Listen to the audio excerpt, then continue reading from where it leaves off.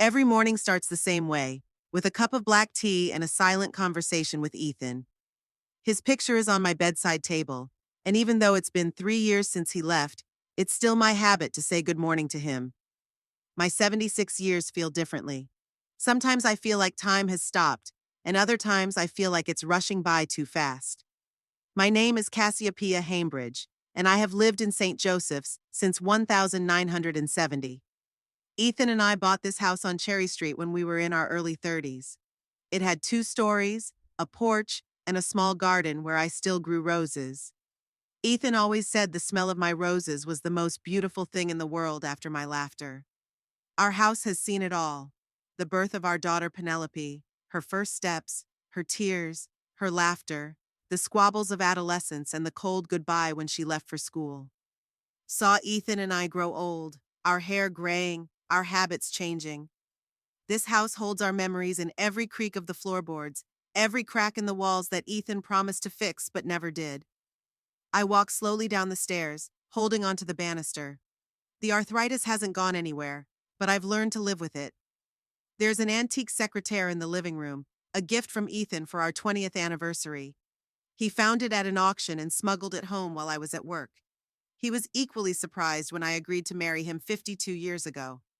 I've worked all my life as a jewelry appraiser. My eyes are trained to notice the smallest details, and my hands feel the real value of things.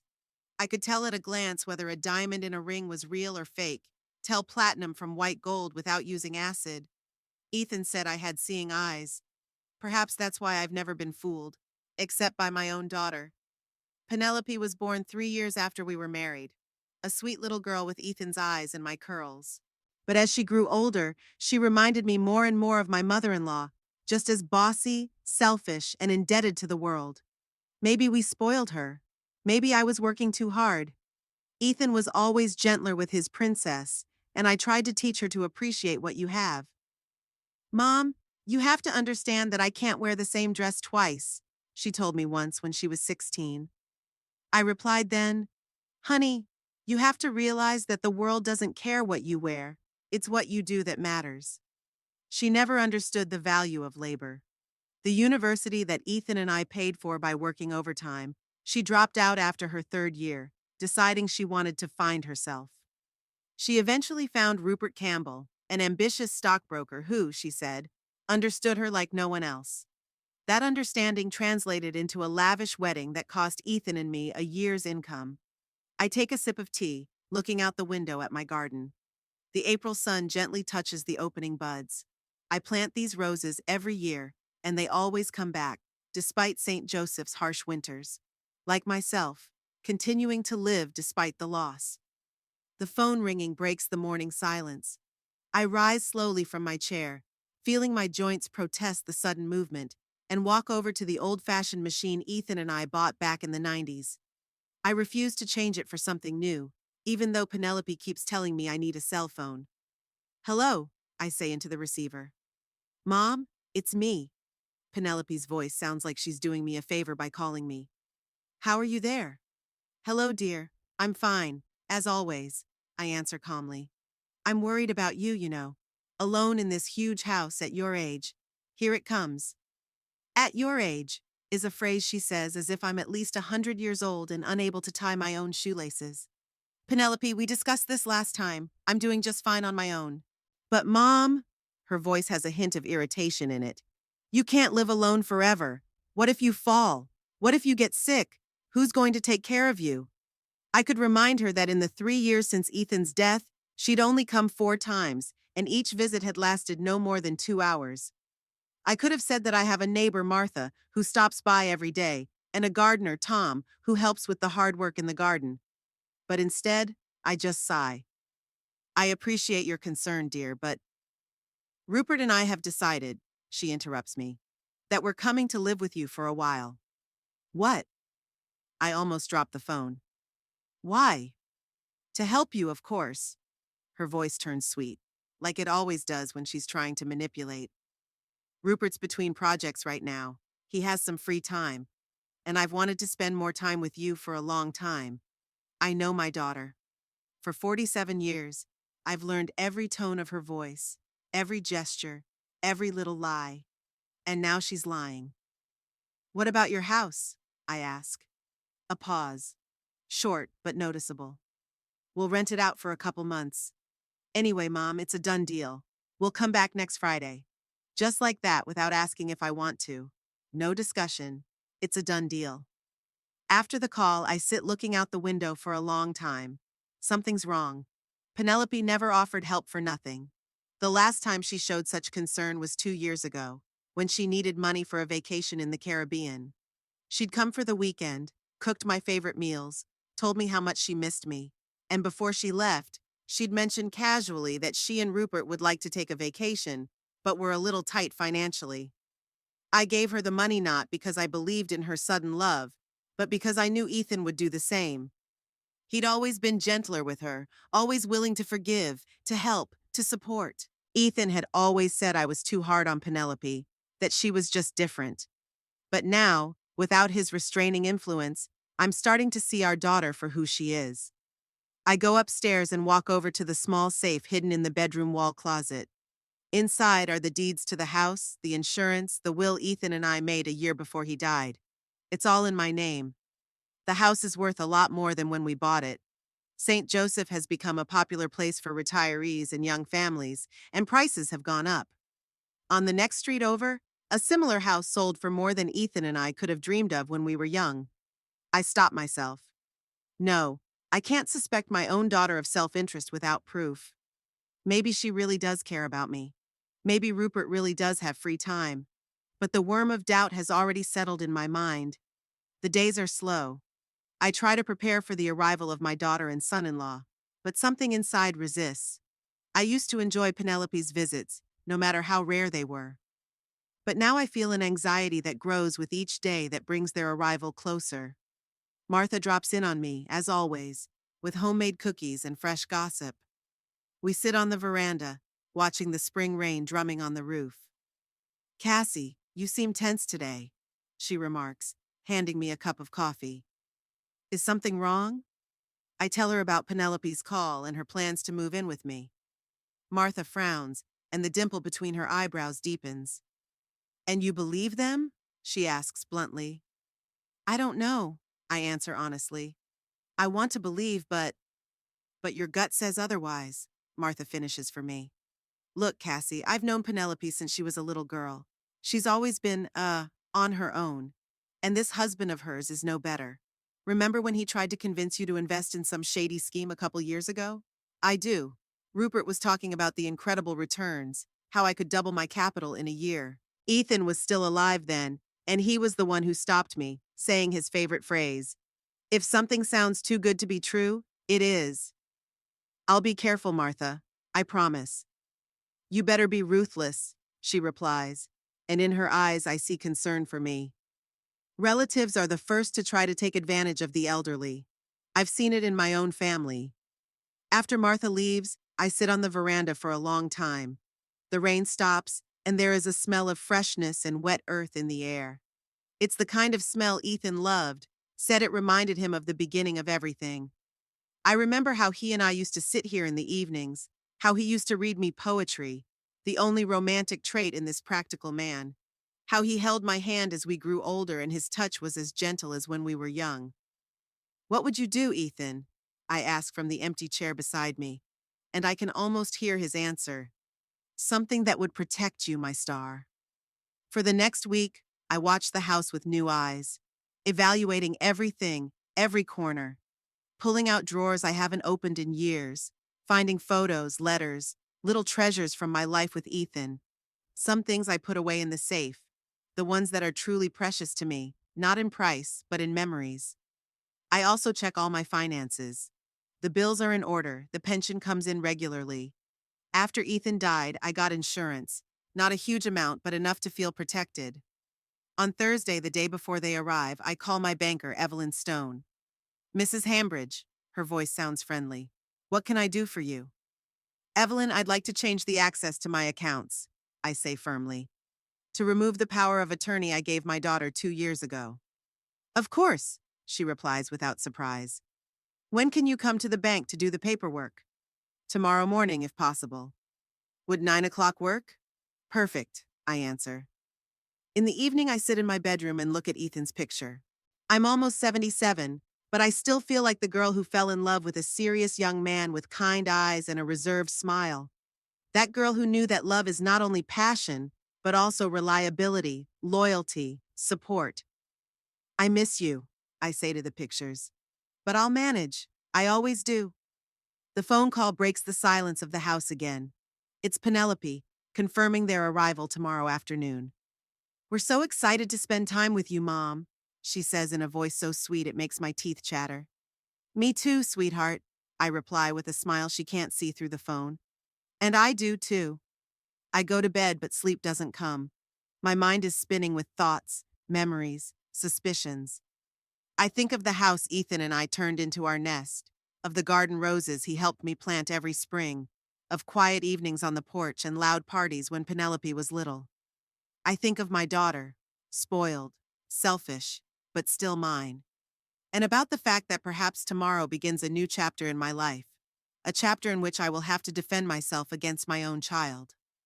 With that thought, I finally fall asleep, and I dream of Ethan, young and smiling, reaching out to me and saying, "Don't be afraid, my star. You are stronger than you think." Friday came with bright sunshine and cloudless skies, as if the weather itself was mocking my mood. I got up early, had time to visit the bank, where Evelyn helped me cancel the power of attorney for my accounts, and then returned home to prepare for my guests. It was hard to call them guests, though. My own daughter and her husband were about to invade my life under the pretense of caring.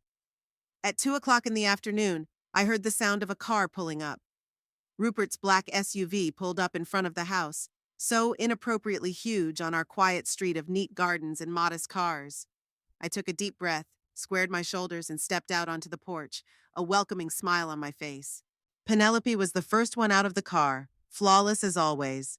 Her brown hair was styled as if she had just stepped out of the salon, not spent hours on the road.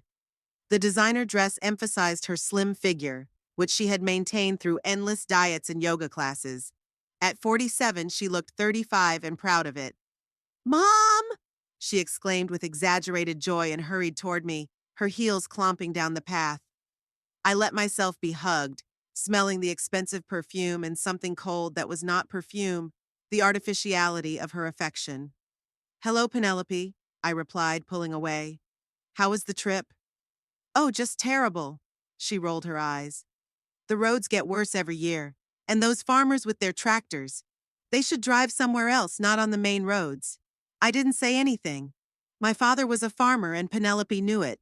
But as usual, she cared little for the feelings of others. Rupert, meanwhile, was unloading suitcases from the trunk, 3 large ones and several smaller ones. So much for a short visit. He nodded at me, not taking his eyes off his work. "Let me help," I offered Penelope, heading for the car. "No, no, Mom," she grabbed my arm. "You shouldn't be lifting heavy things. Rupert will be fine."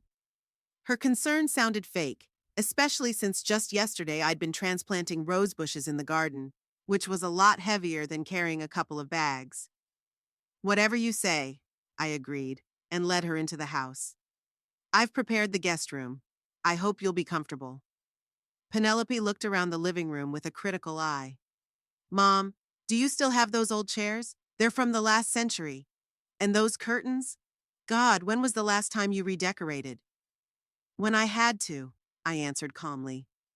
"I'm comfortable with my things." "But Mom," she sank down on the couch, wrinkling her nose as if from an unpleasant smell. "The house looks like a museum. Have you thought of renovating it?" "Why? Everything is functional and I like it." Rupert entered, carrying suitcases. In the 3 years since Ethan's death, he'd changed considerably. His belly had appeared, his hair had thinned even more, and there was something haggard in his eyes instead of a self-assured glint. "Hello, Cassiopeia." He set down his suitcases and came over to hug me. He smelled of cheap cologne instead of his usual expensive perfume. "You look beautiful." "For your age, you mean?" I smiled, and he looked embarrassed. "No, no, I meant—" "Don't mind him, Rupert," Penelope intervened. Mom had always been overly sensitive to comments about age. I stifled the urge to remind her that it was she who was always emphasizing my age with phrases like, "at your age." or for a woman of your age. I'll show you to your room, I said instead. Then we can have lunch. I made a roast. The guest room was the same one Penelope had grown up in. Her old bed had long since given way to a double bed and her childhood posters to neutral landscapes, but something of the little girl who'd been afraid of thunderstorms and asked for a nightlight was still here. Penelope looked around the room with the same critical mien. Mom, this wallpaper is awful, and the carpet needs to be replaced. How do you even sleep in this house with these repairs? In my bedroom, I replied, where the wallpaper is decent enough. Rupert hummed, trying to hide a chuckle. I'll leave you to unpack, I said. Lunch will be in half an hour. As I went down the stairs, I heard Penelope's muffled voice. God, this place is worse than I remembered. How can she live in this old place? The first lunch passed in tense politeness. Penelope criticized everything from the way I chopped vegetables to the amount of salt in the dishes. Rupert was mostly silent, only occasionally nodding at his wife and devouring the food with obvious gusto, unlike a man accustomed to dining in expensive restaurants.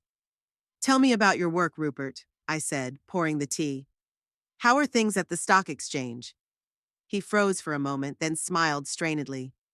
Oh, you know, the usual. Ups and downs. It's down a bit now, but it'll be all right soon. Rupert's been promoted, Penelope put in quickly. Really, darling? Yes, of course. He avoided my gaze. More responsibility, and all that. I nodded, pretending to believe it. But my eyes, the same eyes that had spent half a century evaluating the authenticity of jewelry, saw the lies as clearly as they saw the fake stones. The first 2 days passed relatively peacefully. Penelope spent her time studying the house as if assessing its value, and Rupert often locked himself in a room with the phone, ostensibly dealing with work issues.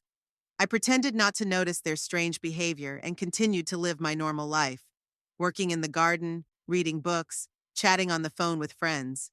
On the third day, things started to change. I returned from my morning walk and found my things in the living room rearranged. Ethan's pictures had moved from the center seat to a side table, and the antique clock that always stood on the mantel was gone. Penelope? I called out, entering the kitchen where she was cooking something. Did you move my things? Oh, Mom. She smiled so indulgently that I wanted to wipe it off her face. I just freshened things up a bit. These old pictures just make me sad, and the clock hasn't worked in 10 years. It does work, I countered. You just have to wind it every 3 days, which I do. Really, Mom? Who needs a mechanical watch in the digital age? I bought you a new one with big numbers so you can see the time more easily. I silently walked out of the kitchen, found my watch hidden in a cupboard drawer, and put it back where it belonged. Ethan's pictures were back in their rightful places, too. When I was done, Penelope stood in the doorway, arms crossed over her chest. You've always been so stubborn, she said with annoyance. No wonder you live alone. The words were meant to hurt, and they did, but I didn't let it show. I live the way I like to live, I replied, and I appreciate it when my things stay where they are. That evening, I overheard a conversation between Penelope and Rupert. They were in the guest room thinking I was asleep, but the old pipes in the walls made their voices carry well through the house. She's just unbearable, Penelope said. Refuses any change. This house is a gold mine, especially with the current real estate prices in St. Joseph, and she's turned it into a museum. Give her time, Rupert reassured her.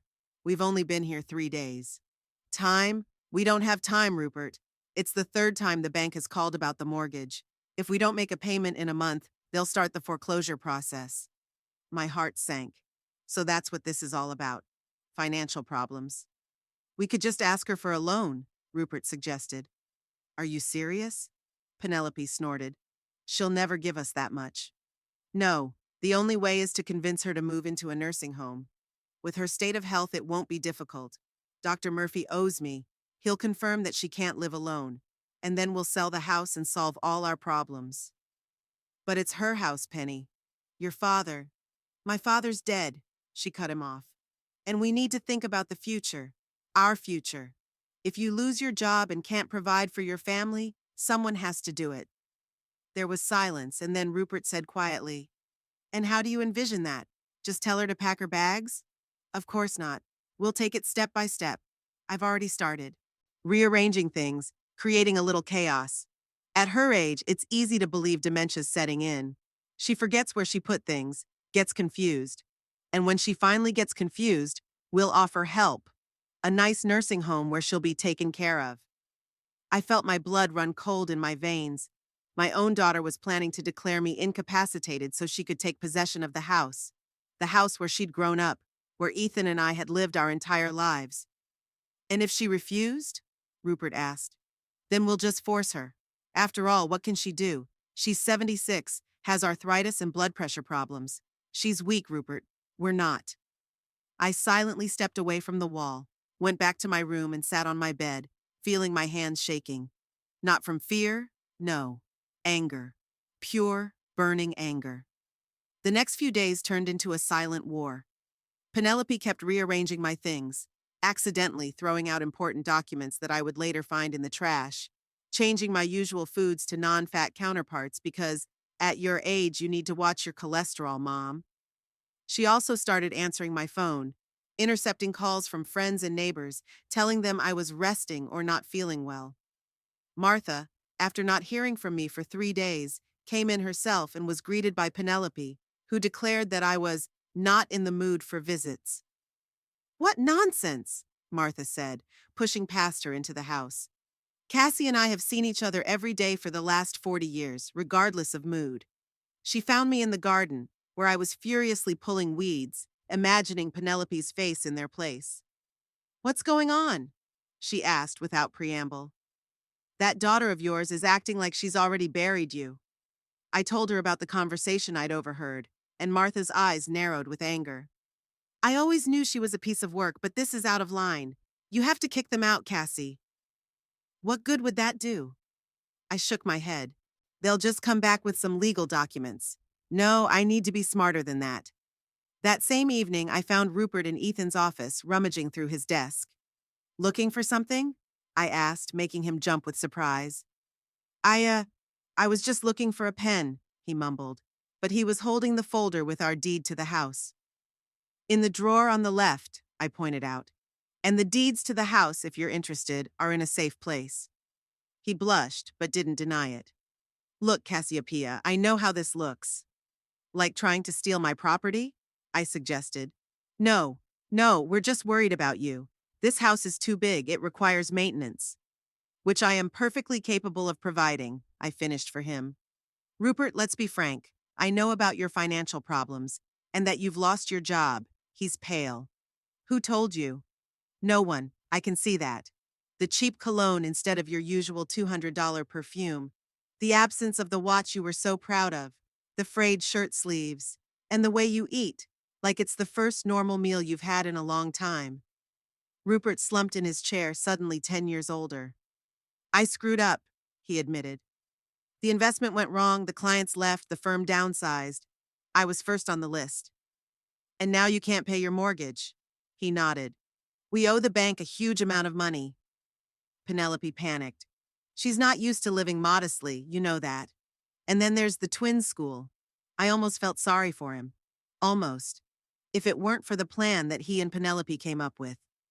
And that's why you decided to take my house? Declare me incompetent and put me in a nursing home? Rupert flinched, his eyes widening in horror. You, no? The walls in this house are thin, Rupert. They always have been. He covered his face with his hands. It was Penelope's idea, not mine. I told her we should just ask for help, but she has her own way of looking at things. She always has, I nodded. Ever since I was a kid. There was silence. Then Rupert looked up at me with pleading eyes. What are you going to do? I stared at him for a long time, at this once confident man who had become a shadow. Nothing yet, I said at last. But I advise you to be honest with me from now on, and try to talk some sense into my daughter before she goes too far. He nodded, but we both knew Penelope was unstoppable once she'd made up her mind. When I went upstairs to my bedroom, I stared at Ethan's picture for a long time. What would you do, my darling? I asked quietly. And I could almost hear his answer. Protect yourself, Cassiopeia, at all costs. The next morning I found Penelope studying my checkbook, which she had found in the secretary. Looking for something specific? I asked, and she flinched, slamming the book shut. Mom, you scared me. I was just, making sure you were paying all your bills on time. How thoughtful. I walked over and took the checkbook. But you could have just asked. I didn't want to bother you. She smiled strained. You looked so peaceful. When you slept? I clarified. Because my checkbook was in the locked drawer of the secretary. Penelope blushed, but not with shame, with anger. If you're implying that I've been going through your things, I'm not implying it. I'm stating it outright. Like that you're planning to declare me incompetent so you can take possession of the house and sell it to solve your and Rupert's financial problems. Her eyes widened, then narrowed. Rupert told you? That weakling? No, darling, you told me. When you discussed your plan with your husband loud enough for me to hear through the wall. Penelope froze, then her face contorted. So? Yes, we're in trouble. Yes, we need money. And yes, this house could solve all our problems. What's the big deal? You're not going to live in it forever anyway. It's not about the house, Penelope. It's about the way you decided to get it. Deceit, manipulation, willingness to send your own mother to a nursing home against her will. Oh, don't be so dramatic. She waved her hand. Those would have been good conditions, and you'd be better off there. Care, companionship, all the comforts. It's not for you to decide what's best for me, I said. And you don't get to dispose of my property. We stood across from each other, mother and daughter, bound by blood, but stranger than ever. What are you going to do? Penelope finally asked. Kick us out? I stared at her for a long time, at this beautiful, spoiled woman I had once held in my arms and read bedtime stories to. A woman who was willing to betray her own mother for money. No, I said at last. I'm going to act, in my own way. That night, locked in my bedroom, I made my decision. The plan formed clearly and distinctly, like a crystal that could be viewed from every angle. I will protect myself and my future, and if I had to confront my own daughter to do so, so be it. I decided to use the next morning as an opportunity for action. Penelope seemed unusually animated at breakfast, whispering back and forth with Rupert. I pretended not to notice their secrets, quietly drinking my tea and thinking about the plan that had formed in my head during the night. Mom, Penelope said, setting her cup of coffee in front of me. Rupert and I are going to go to Riverton today. He has a business meeting there, and I want to check out the mall. That sounds wonderful, dear, I said, trying to hide my relief. Riverton was an hour away, and that meant I'd have plenty of time to carry out my plan. Don't you want to come with us? Penelope asked, though her tone made it clear that it was a mere formality. No, thank you, I replied. I have a book club today. The lie came easily to me. The club actually met on Thursdays, but Penelope didn't know that, because she'd never taken an interest in my life. Suit yourself, she shrugged with barely concealed relief. We'll be back for dinner. As soon as their car was around the corner, I rushed to the phone. Pulling out the phone book, I started looking up real estate agency numbers. Sunny Beach caught my eye, a small agency, but with a good reputation, judging by the advertising. I dialed the number, and after a few beeps, a melodious female voice answered. Real estate agency. Sunny Beach. How can I help you? Hello? I said. My name is Cassiopeia Hambridge. I'd like to speak to a realtor about selling my house. Today. There was a pause on the other end of the line. Today? The woman asked again. Usually the appraisal and document preparation process takes several days. I understand, but I have a special situation, I replied. I'm willing to offer a below-market price for a quick sale. This phrase seemed to work like a magic spell. In that case, I can send an agent to you within the hour. What's your address? I dictated the address, and the woman promised that a realtor named Lindsay Oakes would be there shortly. Exactly 45 minutes later, a neat blue car pulled up in front of my house. Out of it stepped a young woman in a strict suit, with a folder of documents and a professional camera around her neck. Mrs. Hambridge? She held out her hand. Lindsay Oakes, Sunnyside Agency. Come on in, Ms. Oakes. I let her in. Lindsay proved to be efficient and attentive. She quickly toured the house, making notes and taking pictures of each room. I followed her lead, answering questions about the age of the roof, the heating system, and other technical details that Ethan always kept in perfect condition. I have to say, the house is in excellent condition, Lindsay remarked when we finished looking around and sat down at the kitchen table. Given the neighborhood and the size of the lot, the market value is about $330,000. What if I'm willing to take a 20% reduction in price to sell it quickly? I asked bluntly. Lindsay raised her eyebrows in surprise. That's a very substantial discount. The house would be worth $264,000. Are you sure? Absolutely, I nodded. And I'd like to start the sale process immediately. Mrs. Hambridge, Lindsay leaned toward me. May I ask why there's such a rush? People usually try to get the highest price they can for their property. I met her gaze. My reasons are personal, and I value privacy. She nodded understandingly. Good. In that case, let's fill out the necessary paperwork. At this price and in this neighborhood, we're sure to find a buyer very quickly. We spent the next hour going over the paperwork. Lindsay explained to me all the details of the process, helped me fill out the real estate contract, and made a few calls to colleagues. It's an amazing coincidence, she said, hanging up after the third call. But I have clients who have been looking for a house in this neighborhood for months. The Edwards family, husband, wife, and 2 children. They've looked at other options, but everything was either too expensive or needed serious repairs. Your home might interest them. How soon can they see it? I asked, feeling my heart start to beat faster. I can arrange a viewing this afternoon if you don't mind.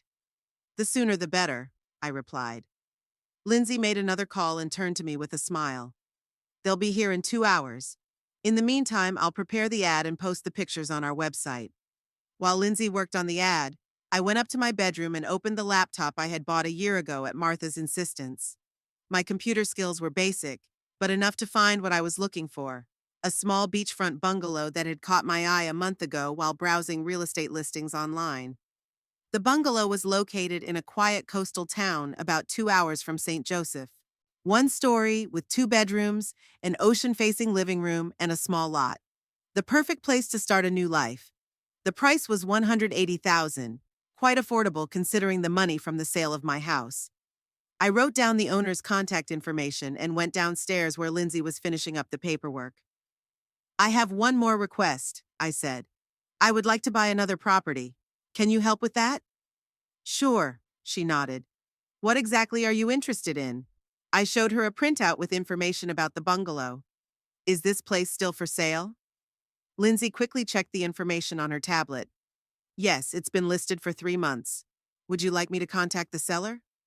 If that's okay. And I'd like to wire the money as soon as possible after my house sells.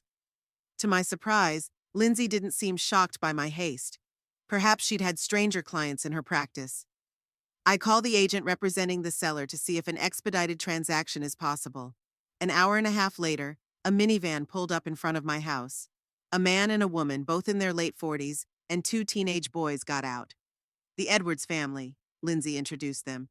Tom and Emma, their sons Jason and Michael. It's very nice to meet you, I said, shaking their hands. Come in, please. Emma Edwards was an elementary school teacher and Tom was an engineer. They had recently moved to St. Joseph because of Tom's new job and were looking for a home where their sons could finish school. This is exactly what we were looking for, Emma said when we finished looking around. It's spacious, bright, and doesn't need any repairs. And the backyard is a dream, Tom added. The sons will be able to play basketball. As I watched them discuss the details of the house, I felt a strange mix of emotions. On the one hand, sadness at leaving the place where most of my life had been. On the other, relief that the house would go to a good family and not be sold off piecemeal by my mercurial daughter. We'll take it, Tom said at last, putting his arm around his wife's shoulders. If the price is really $264,000, it's within our budget. That's great, Lindsay smiled. Let's go over the details. The next hour was spent in negotiations and paperwork. The Edwards family put down a deposit of $10,000 and agreed to transfer the rest of the money within 3 days after checking all the legal aspects. When do you plan to vacate the house? Emma asked. Within a week, if that's okay with you, I answered. I only need to pack my personal belongings. The furniture can stay if you're interested.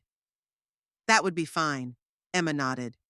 We didn't have much of our own furniture, and we were planning to buy new ones. After the Edwardses left, Lindsay called the agent representing the owner of the bungalow. Good news, she said, ending the call. The owner is ready for a quick deal. If we wire the money within 3 days, the bungalow is yours. Would you like to inspect it before buying it? I trust your professional judgment, I replied. Is it in good condition? According to the agent, yes. The owner is an elderly gentleman who is moving to a retirement home near his daughter. He's kept the house in perfect order. In that case, I agree to the purchase. I nodded. Let's get the paperwork ready. By 4 o'clock, all the formalities were completed. I signed the documents for the sale of my house and the purchase of the bungalow, arranged for the transfer of the money, and got the contacts of the lawyer who would handle the transaction. Mrs. Hambridge, Lindsay said in parting, I have to admit that I've never done a transaction with such speed. It usually takes weeks, if not months. Sometimes circumstances call for drastic action, I replied with a slight smile. After Lindsay left, I felt strangely light. The decision had been made, the action had been taken, and now all I had to do was wait for the outcome. I walked through the house, touching familiar objects, remembering the events associated with each room. Here, in the living room, Ethan had proposed to me. In this kitchen, I cooked my first dinner in our new home. This nursery is where Penelope was born and raised. So many memories, so much life. But a house is just walls. The real memories live in the heart, and I'll take them with me. I went up to the bedroom and took out an old photo album. I flipped through the pages, looking at pictures of Ethan and me when we were young, of little Penelope, of family holidays and travels. Some of the pictures I put aside to take with me. Others, let them stay here as part of the history of the house. Then I got busy sorting through my personal belongings. Clothes, jewelry, a few books I especially loved. Ethan's photos, of course. His pocket watch, which he always carried with him. My collection of vintage brooches. Not much for a lifetime, but enough for what I really cared about. At 5 o'clock, I started cooking dinner as usual. Roast, mashed potatoes, green salad. Like it was just an ordinary day, not a moment that would completely change Penelope and I's life. At exactly 6:30, I heard the sound of a car pulling up. Penelope and Rupert had returned from their trip to Riverton, unaware of the changes that had taken place in their absence. Mother, we're home, Penelope shouted as she entered the hallway. It smells delicious. They entered the kitchen laden with bags from the stores. Penelope looked unusually pleased, which only confirmed my suspicions. Their trip was clearly connected to their plans for my house. How was your day? I asked, putting dinner on the plates. Productive, Penelope replied with a slight smile. And you? Oh, very interesting. I put the plates on the table. Book club is always stimulating. At dinner, the atmosphere was tense. Penelope and Rupert exchanged meaningful glances, while I ate quietly, watching them. They were obviously up to something and were preparing to put their plan into action.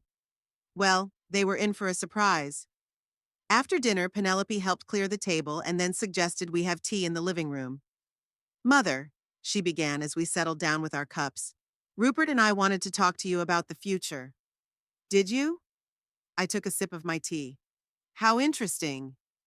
You see, she took Rupert's hand as if looking for support. We can see that you're finding it increasingly difficult to manage this big house. I'm doing just fine, I said calmly. Of course you think so, Penelope continued with that condescending smile I'd always hated.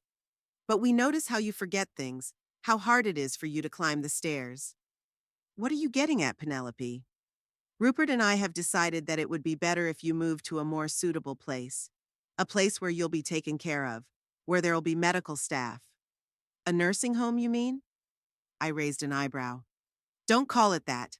She was indignant. It's a community for active retirees. You'll be among your peers with constant supervision. What about the house? I asked bluntly. Penelope and Rupert exchanged quick glances. Well, Rupert began, since it's impractical to maintain an empty house, we thought we might sell it? I finished for him. That would be sensible, Penelope interjected. The money would go to pay for your living in the community, and the remaining amount, well, it would help us with some financial difficulties. What a noble thing to do. I couldn't contain my sarcasm. To take care of me and your financial problems in one fell swoop. Mom! Penelope was outraged. We're thinking of your welfare. No, dear. I put the cup on the table. You're thinking of your own benefit, and did not even bother to ask what I want. Because you don't always know what's best for you anymore. Penelope raised her voice. Your memory is failing you. You're becoming distracted. Lies, I said calmly. We both know that my memory and judgment are fine. It's just that you need money. Rupert lowered his eyes and Penelope turned red with anger. How dare you? She jumped to her feet. After all we do for you, we came here to help and you accuse us of self-interest. Don't lie to me, Penelope. I remained calm. I know Rupert lost his job. I know you're having trouble with your mortgage. And I know about your plan to declare me incompetent to take possession of the house. They froze, stunned by my words. How? Rupert muttered. The walls in this house are thin, I replied. They always have been. Penelope came to her senses quickly, her face contorted with rage, her mask of caring daughter gone. Good, she shouted. Yes, we need the money. And yes, this house could solve our problems. What's so terrible about it? You're going to die soon anyway, and we're your heirs. I looked at her and I didn't recognize her. This beautiful, angry woman was once my child, whom I loved more than life. Where had that little girl with the pigtails who used to bring me flowers from the backyard disappeared to? You have 3 hours to get out of here, Penelope continued to shout, pointing at the door. Rupert and I are the owners of this house now. We decide who lives here. I calmly finished my tea, put the cup down, and looked at my daughter and her husband. Fools, I said quietly but clearly. You don't even know that I sold the house yesterday, so pack your things too. The silence in the room after my words was deafening. Penelope's face froze, and her mouth fell open, but no sound came out. Rupert sat thunderstruck, his eyes darting between me and his wife. What did you say? Penelope finally squeezed out. I said I sold the house, I repeated calmly. Yesterday, while you were in Riverton. The deal is done, the papers are signed. It can't be, Rupert whispered. Houses don't sell that fast. They do if you get a good price, I said. A young family with children, very nice people. They move in a week. Penelope lunged toward me, grabbing me by the shoulders, her nails digging into my skin even through my clothes. You're lying, she screamed in my face. You couldn't! This is our home! It was my house, Penelope. I released myself gently from her grip. Now it belongs to the Edwards family, and I'm asking you not to scream. The deeds, Rupert interjected, rising from the couch. Show us the deed of sale. I nodded and walked over to the secretary, where there was a folder with copies of all the documents I'd signed today. Rupert snatched it out of my hands and began frantically going through the papers. His face grew paler with each page he read. Oh my God, he muttered. She really did it. Give it to me. Penelope snatched the folder and ran her eyes over the documents. Her hands trembled and her face was contorted with anger and disbelief. 264,000? You sold the house for that much? It's worth at least 100,000 more. I know, I nodded. But I needed a quick sale. Besides, didn't you just try to send me to a nursing home and take the house for yourself? In that case, I wouldn't have gotten anything at all. But it's, Penelope stammered, unable to find the words for her rage. You had no right. This is our inheritance. The house was in my name, I replied calmly. I had every right to dispose of my property. You did it to spite us. Penelope threw the documents on the floor. Just so we wouldn't get anything. No, Penelope. I shook my head. I did it to protect myself from my own daughter who was planning to declare me incompetent for money. Rupert sank down on the couch, covering his face with his hands. This is crazy, he muttered. Completely insane. Penelope kept pacing the room like a hunted animal. I don't believe you could do this, she repeated. To your own daughter, to your own grandchildren. I watched her in silence. Strangely, I felt no joy at my little victory, no satisfaction at having ruined their plans, only fatigue and deep sadness at what our relationship had come to. We're going to contest this deal, Rupert said suddenly, raising his head. There was a feverish gleam in his eyes. You acted under duress, or the realtor took advantage of your trust, or the realtor took advantage of your gullibility. We'll get a lawyer and prove the deal's invalid. You can try, I shrugged. But everything was done according to the law, with all the formalities. I was of sound mind and good judgment, as both the realtor and the new owners can attest. We'll see about that. Rupert jumped up and headed for the phone.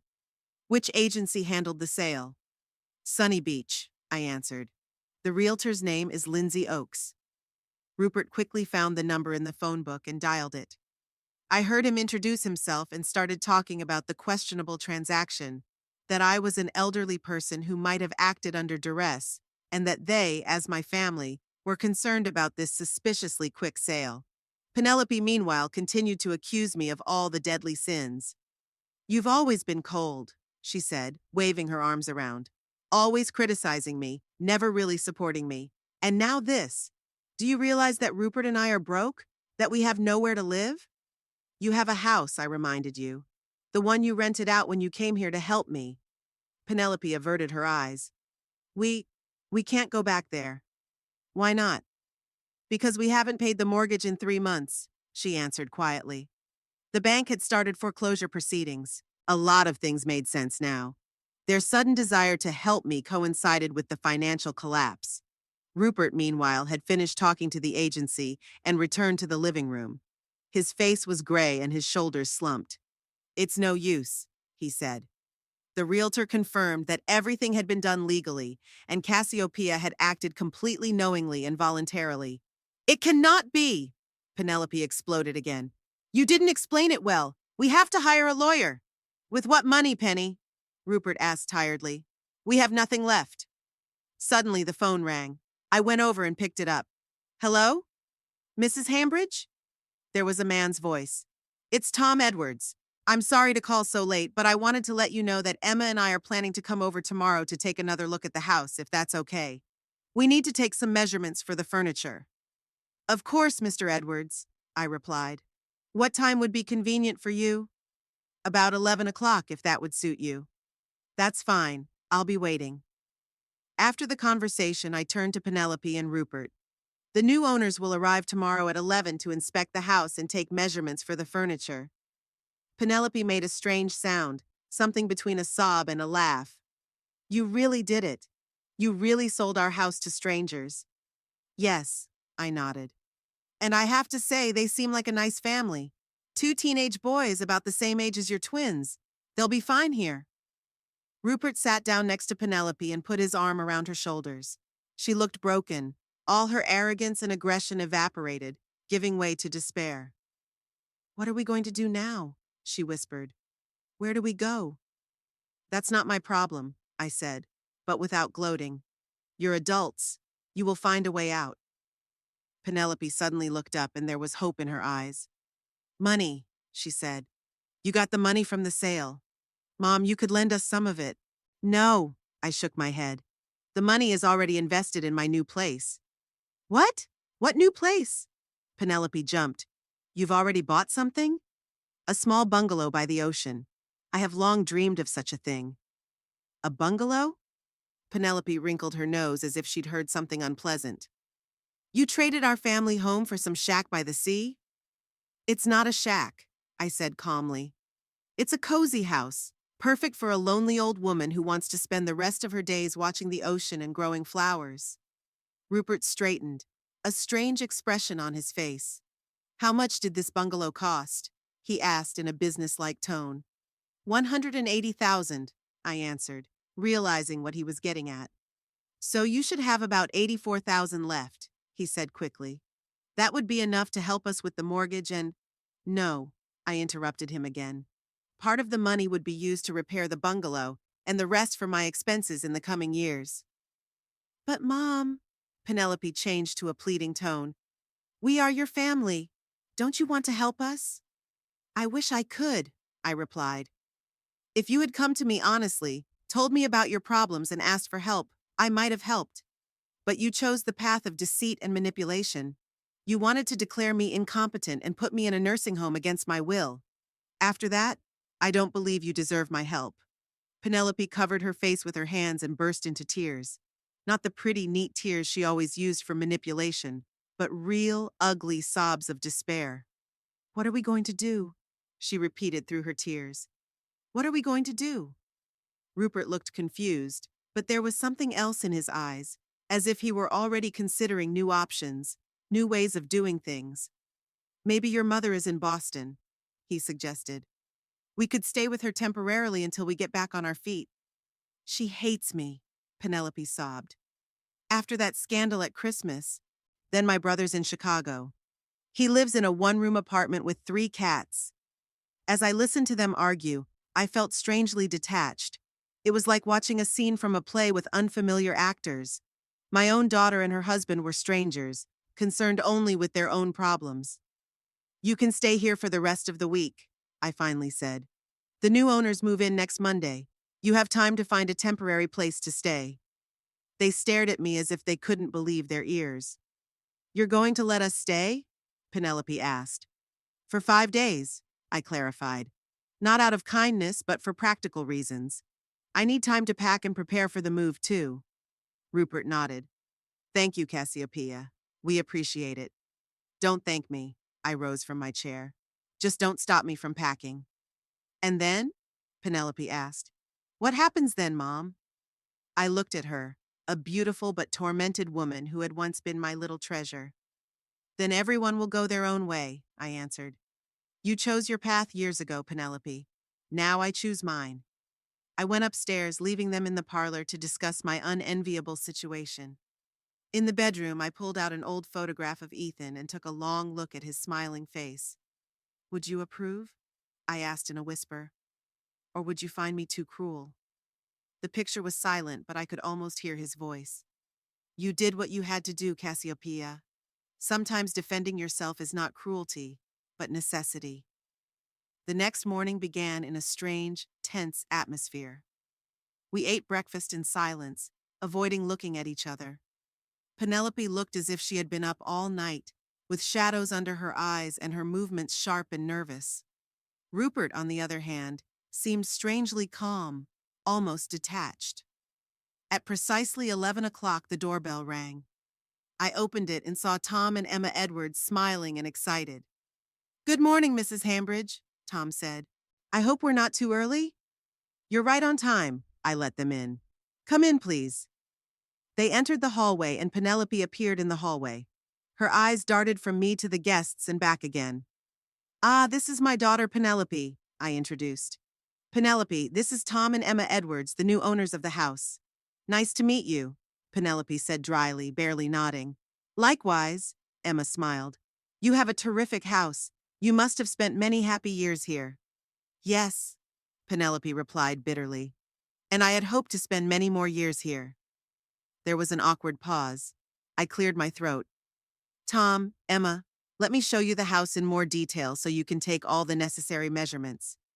We spent the next hour going around the rooms.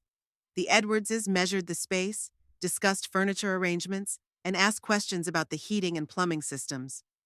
Penelope followed us like a shadow, not saying a word, but her presence created a palpable tension. When we reached the second floor, she suddenly asked Emma, "Are you going to change the wallpaper in the master bedroom?" "Maybe," Emma answered cautiously. "We haven't decided yet." "What about the kitchen floor? It's so old, it's almost antique." "Penelope," I said warningly.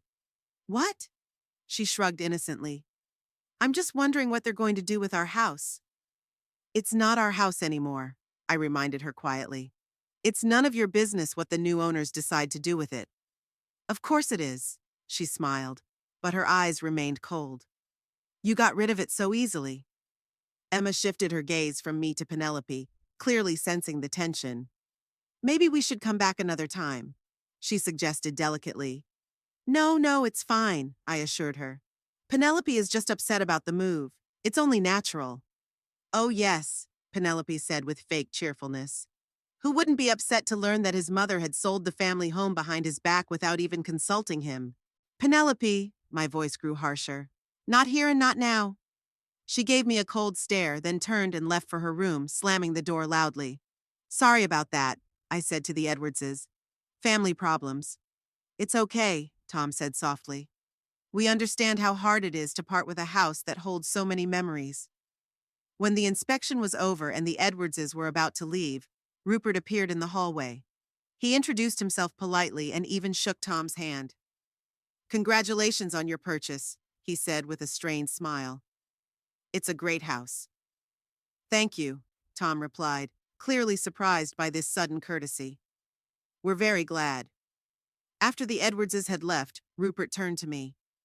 I spoke to the lawyer this morning, he said without preamble. He confirmed that the deal is legitimate and that we can't challenge it. I know, I replied. I did everything right. He nodded, as if he'd expected no other answer. Penelope didn't want me to talk to you, but I think we need to be honest with each other, at least for now. Go on. I crossed my arms over my chest. We're really desperate, Rupert said. I lost my job 6 months ago due to downsizing at the company. I haven't been able to find anything suitable since. We sold almost all of our valuables to pay the mortgage, but we ran out of money. The bank started foreclosure proceedings on our house. Why didn't you seek help sooner? I asked. Before you decided to cheat me? Rupert lowered his eyes. Penelope didn't want to. She's always been proud, you know. And she was afraid you'd say no or judge her. So she chose to deceive me. I shook my head. Typical Penelope, always taking the hardest route. She's not a bad person, Rupert said quietly. Just confused, scared. We were both scared. I looked at him carefully. Rupert had always struck me as a weak man, following Penelope's strong personality. But now there was something new in him, sincerity. Maybe even the courage to admit a mistake. What do you want from me, Rupert? I asked bluntly. Nothing, he shrugged. I just wanted you to know the truth. If possible, don't judge Penelope too harshly. She's suffering a lot more than she's showing. With those words, he headed upstairs, leaving me to ponder how sincere that confession was, and whether it was another manipulation. In the evening, Penelope finally came down from her room. She looked tearful, but calmer. Mom, she began quietly. I was wondering, where exactly are you moving to? To Sunset Bay, I answered. It's a little town on the coast, 2 hours from here. And you've already bought a house there?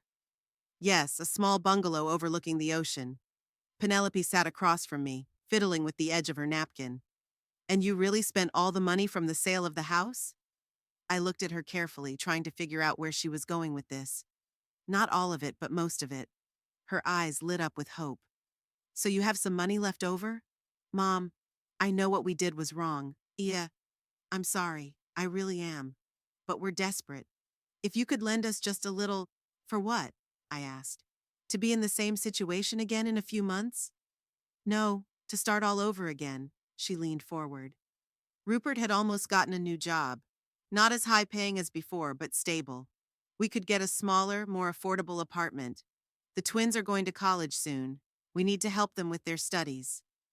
I listened to her, and part of me wanted to believe that Penelope was truly remorseful, that she would really change. But the other part remembered all her manipulations, all her false promises in the past. I need to think about it, I said finally. This is a serious conversation and I can't make a decision right now. Penelope nodded, but there was hope in her eyes again. Of course, Mother, I understand. Thank you for at least considering the possibility. When she left, I sat in the living room for a long time, thinking, would I help them after everything that had happened? Or would it be just another step in an endless series of manipulations?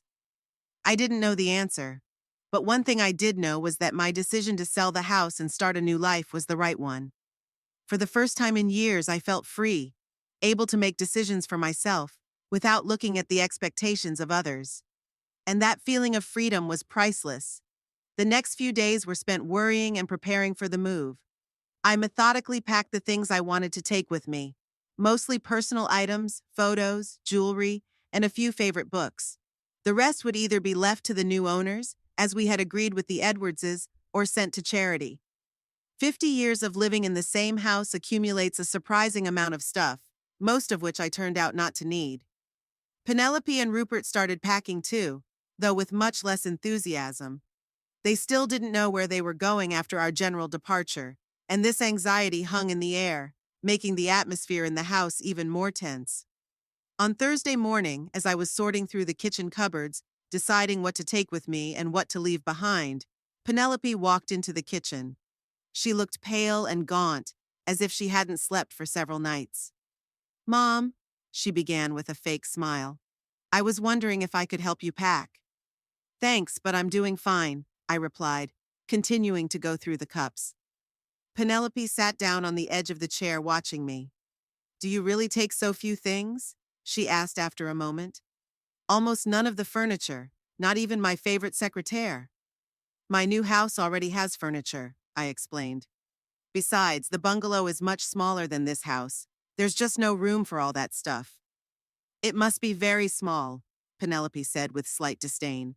"Just enough for a single woman my age," I countered. "Two bedrooms, a living room overlooking the ocean, a small kitchen, and a lovely veranda." Penelope sighed and got to the point. "Mom, Rupert and I have been discussing our situation all night. We really have nowhere to go. All the hotels in our price range are booked up because of some conference, and the friends we could stay with are either out of town or have no room available." I silently continued with my work, already having a premonition of where she was going with this. "And we were thinking, maybe you could help us out. Just temporarily. A small amount so we could rent a place for a month or two until Rupert gets his first paycheck at his new job." "I've already told you that almost all the money is invested in the new house," I reminded him. "But there was something left, wasn't there?" Penelope stepped forward. "Mom, we're desperate. We literally have nowhere to live since Monday." I looked at her, this woman who was my daughter, but whom I hardly recognized.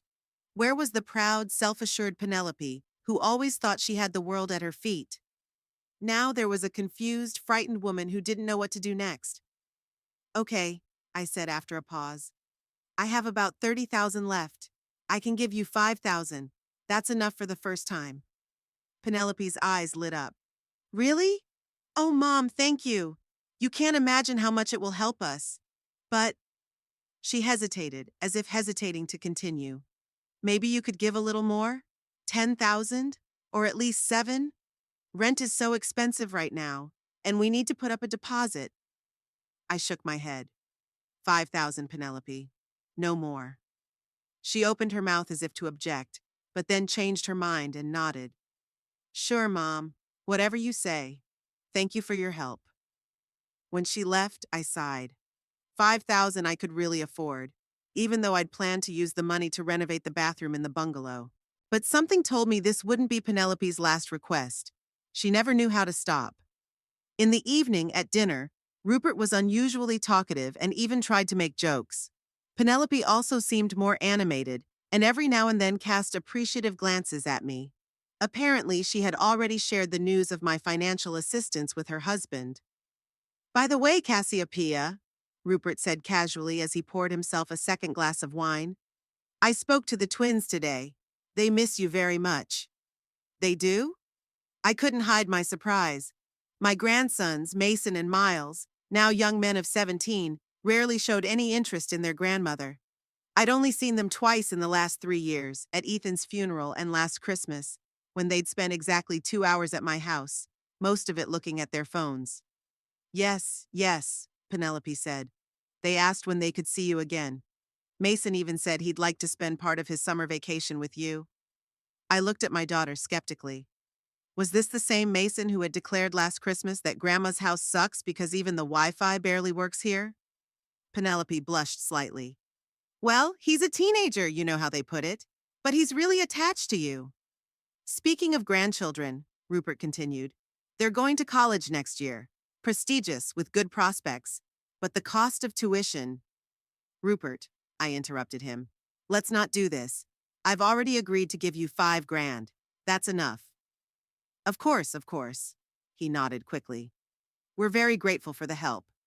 I just thought you might want to support your grandchildren's education. It's an investment in their future." "An investment," I repeated. "Interesting word. What do I get out of this investment? Grandchildren who visit me once a year and stare at their phones?" "Mom!" Penelope was outraged. How can you say that? The boys love you. So much so that you're trying to use them as emotional leverage to get more money out of me, I pointed out. That's low, Penelope, even for you. She lowered her eyes, but only for a moment. I wasn't trying to manipulate you. I was just telling you that the grandchildren miss you. What's wrong with that? Because it's not true, I answered calmly. And we all know it. There was an awkward silence at the table.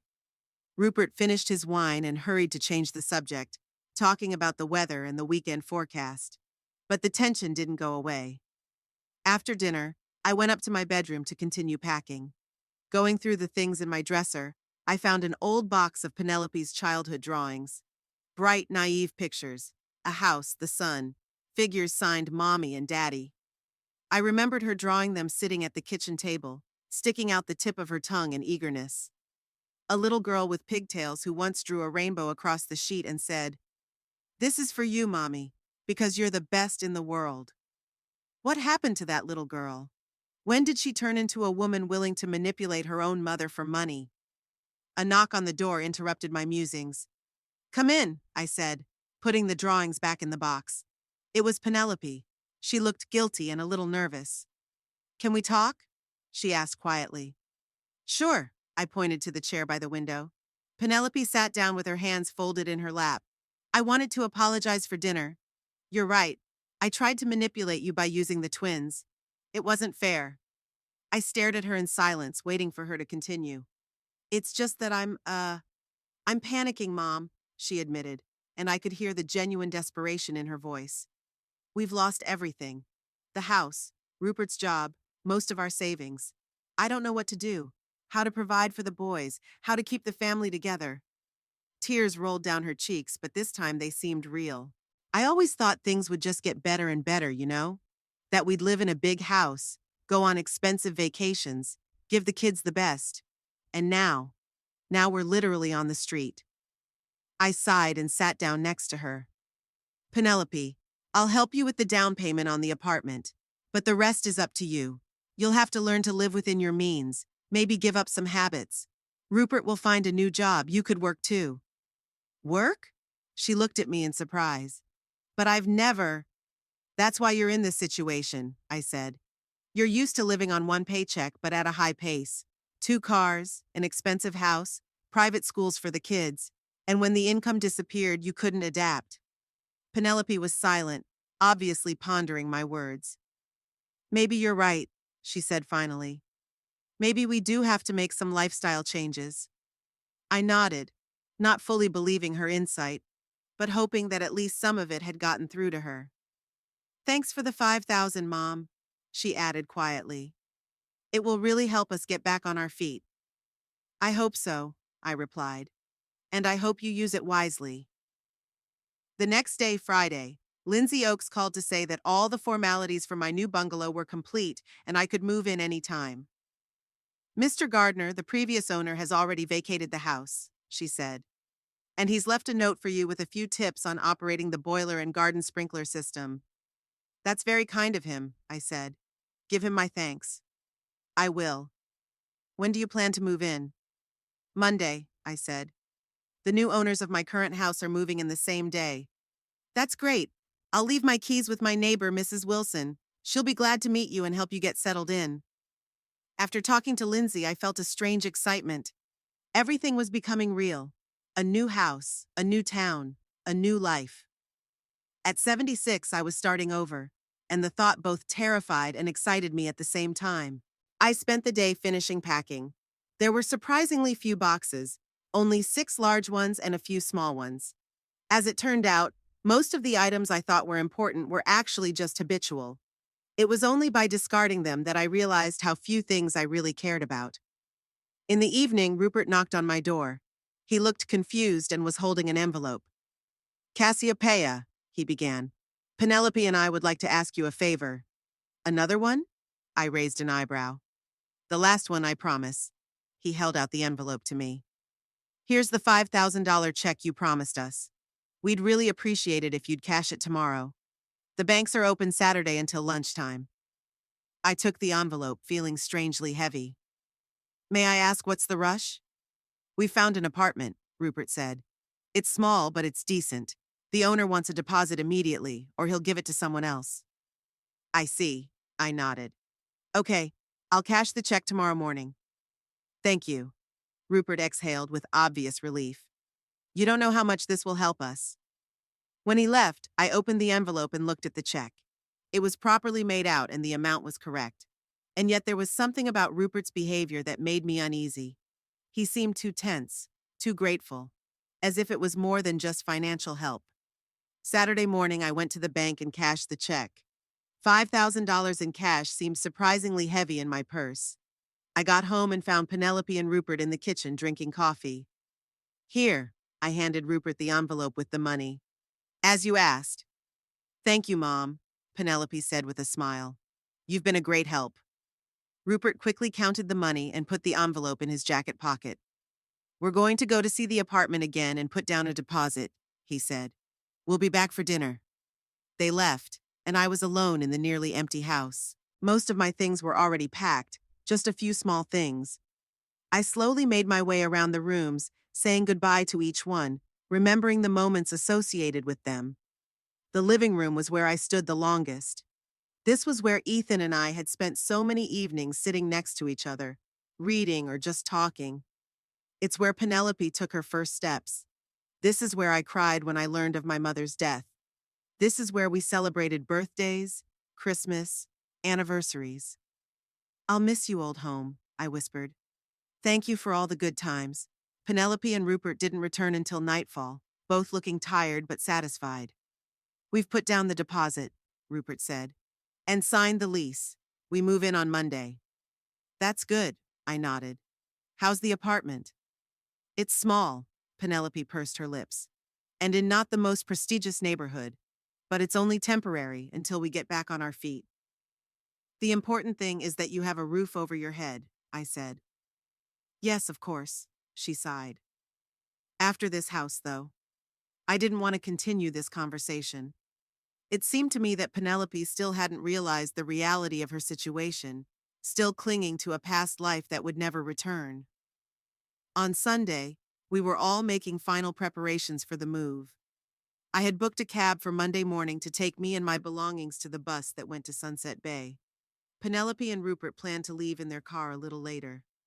That evening, at our last dinner in the house, the atmosphere was strange, a mixture of sadness, relief, and uncertainty. So, Rupert said, raising his glass of wine, here's to new beginnings. To new beginnings, Penelope and I repeated, clinking glasses. Mom, Penelope put aside her fork, I wanted to ask, will you give us your new address? So we can visit you when you get settled, I wondered. Did I want them to know where I lived? After everything that had happened? On the other hand, no matter how our relationship worked out, Penelope was still my daughter. Of course, I said at last. I'll write to you when I'm settled in. Thank you, she smiled, but there was something uncertain in her smile. And I'd like to apologize for everything, for the way we acted with you, for our plans. It was wrong. Yes, it was, I agreed. But you understand why we did it, don't you? She added. We were desperate. We saw no other way out. There is always a way out, Penelope, I replied. Sometimes it just requires honesty and the courage to admit your mistakes. She lowered her eyes. I know, and I will try to change. I really will. I wanted to believe her.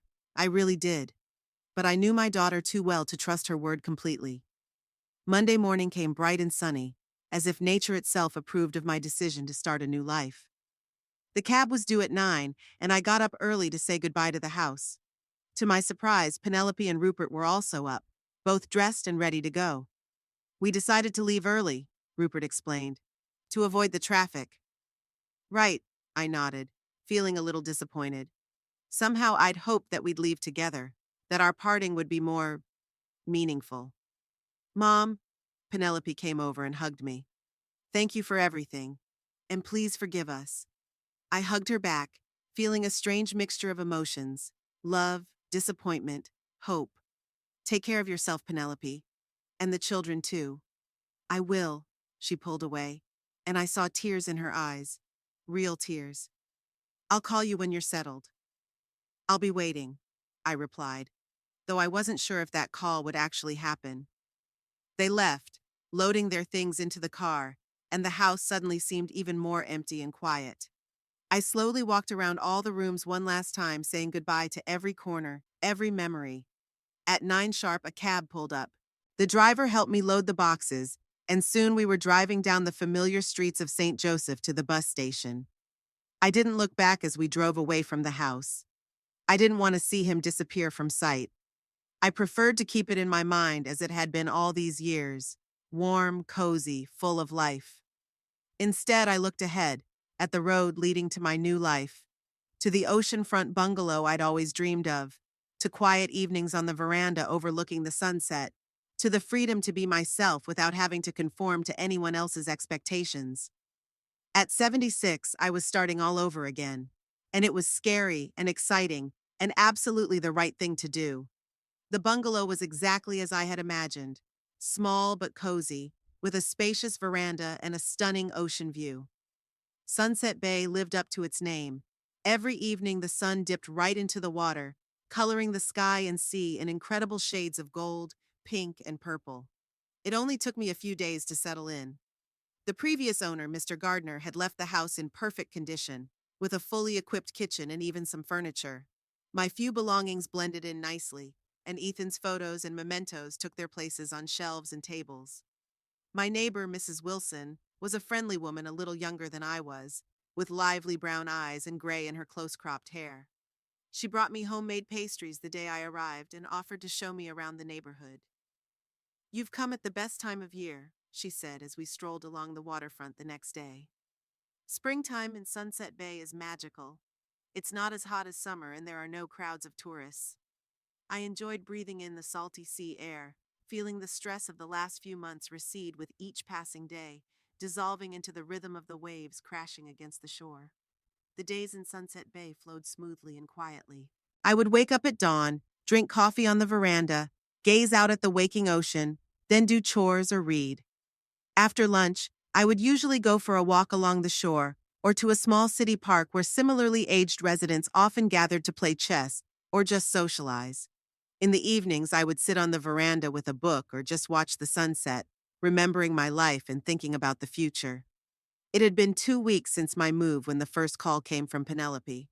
I was just transplanting flowers in the small flower bed in front of the house when I heard the phone. "Mom? It's me, Penelope." Her voice sounded strangely tense.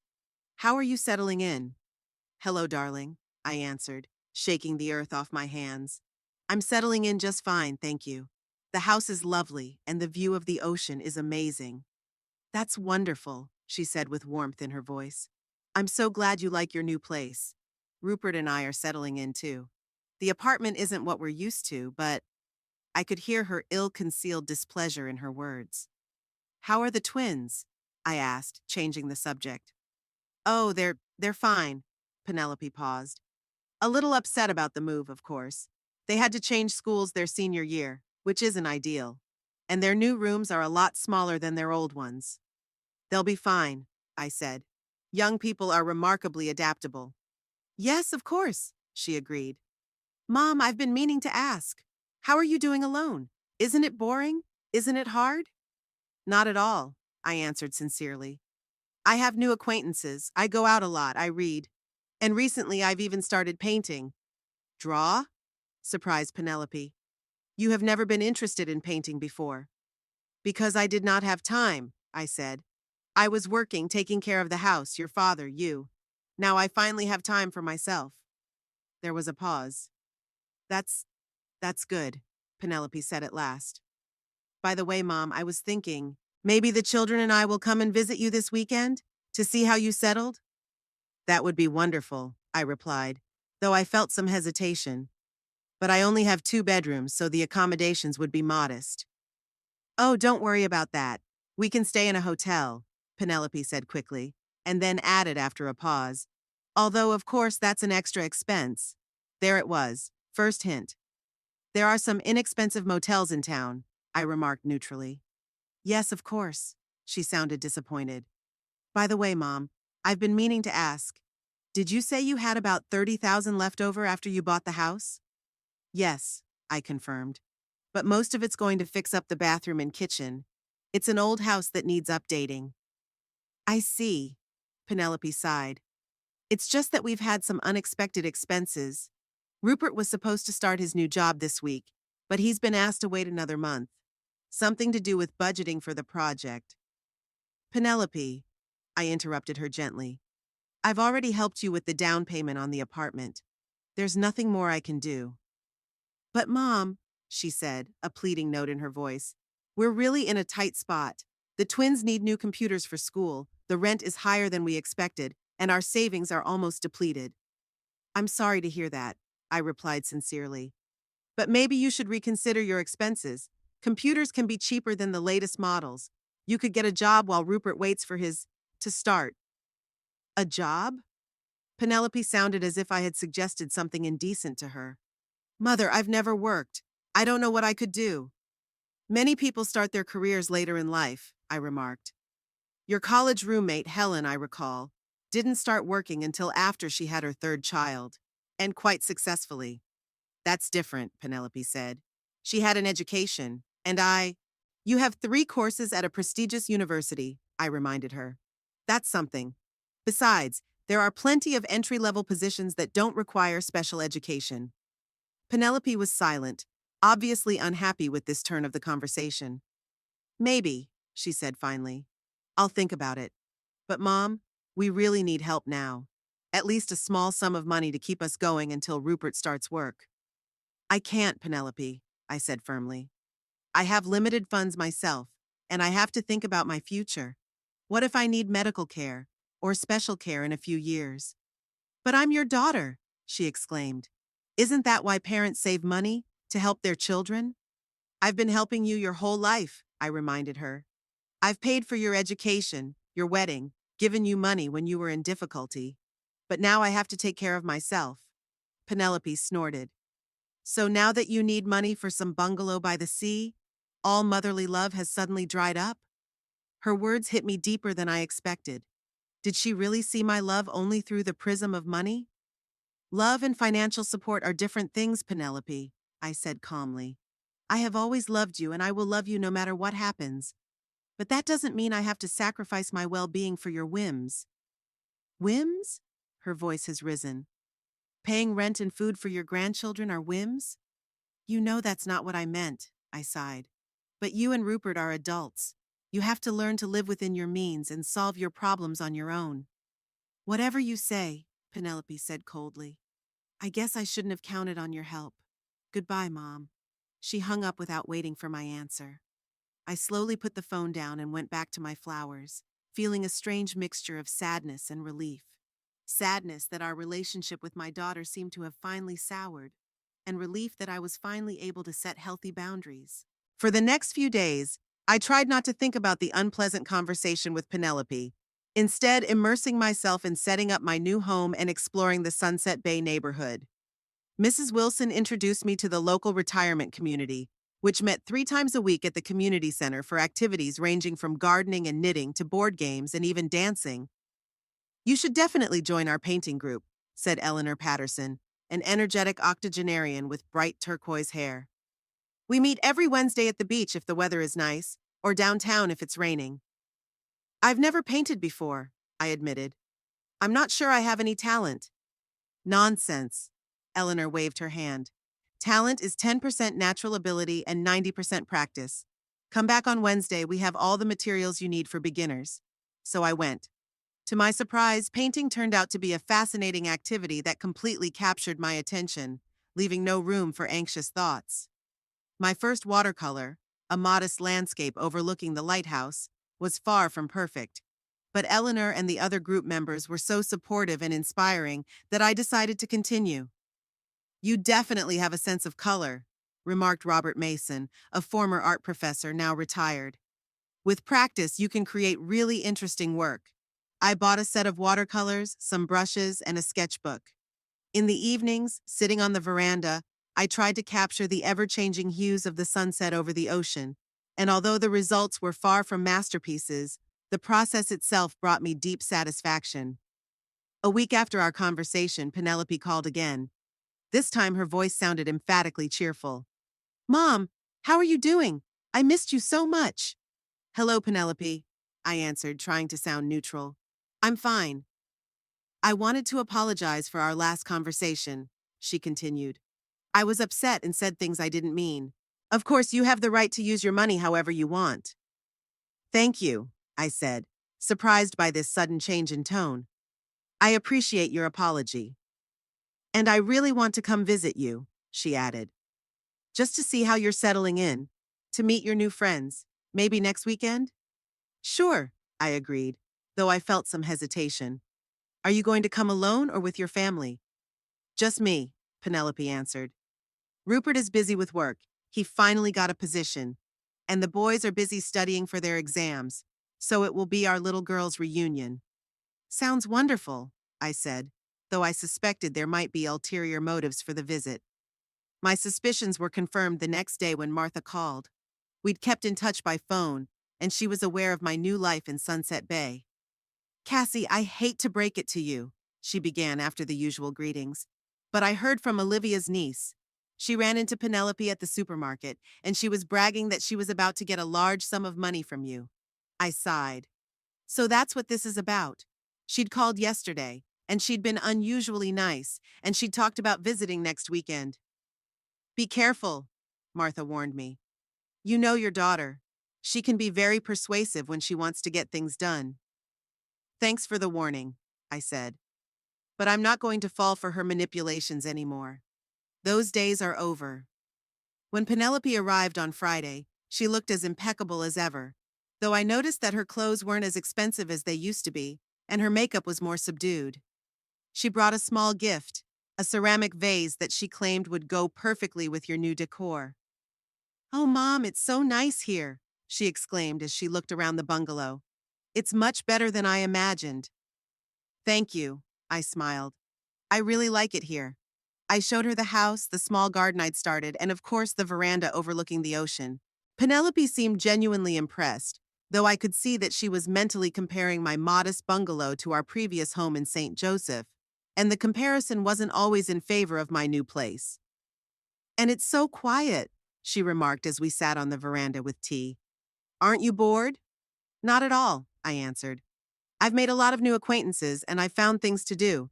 Shall I show you my drawings? Drawings? Penelope looked surprised. You really started drawing? I brought out my sketchbook and showed her some watercolors, mostly seascapes and flowers from my garden. That's nice, she said, clearly unimpressed. I never thought you'd do something like this. Neither did I admitted. But that's the beauty of a new life. You get to try things you didn't have time for before. The evening passed in relatively pleasant conversation. Penelope talked about her new apartment, about how the twins were adjusting to their new school, about Rupert's new job, which was not what he was used to, but stable. I noticed that she avoided mentioning finances, although she hinted several times at unexpected expenses and temporary difficulties. I didn't fall for these hints, instead offering practical tips for saving money. The next day I introduced Penelope to some of my new friends. We met Mrs. Wilson, Eleanor, and a few other members of our painting group at a local cafe by the beach. Your mom is a real talent, Eleanor told Penelope. She has a great sense of color and composition.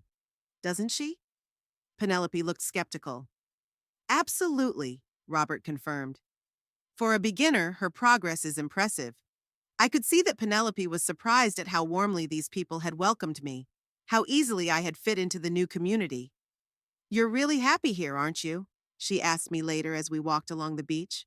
Yes, I answered sincerely. Perhaps for the first time in years I feel truly free. Free to be myself, to do what I want, to live my life as I see fit. Penelope looked at me with an expression I couldn't decipher. Maybe surprise, maybe envy. I've never seen you so peaceful, she said at last. Even with Dad, you always seemed a little tense, like you were always worrying about something. Because I was, I answered. About money, about the house, about your father, about you. Being a mother is a constant worry, a constant responsibility. And do you regret it? Penelope asked quietly. Do you regret being a mother? I thought about her question. No, I do not regret, I finally said. but I regret that I did not find time for myself, for my interests. That all my life gave myself to others, leaving nothing for myself. Penelope was silent, staring at the ocean. I didn't know if she understood me, if she accepted what I said. But I felt I had spoken a truth I had held inside for too long. That evening, over dinner, Penelope finally got to the real purpose of her visit. "Mother," she began, pushing her plate away, "I have a confession to make. We're in financial trouble, more serious than I said before." "I'm listening," I said, though I already knew what was coming next. Rupert had indeed got a new job, but the salary was much less than in his previous position. And there are more expenses. The new twin school requires additional contributions. The rent is higher than we expected. I could see how nervous she was, how she was choosing her words to impress me the most.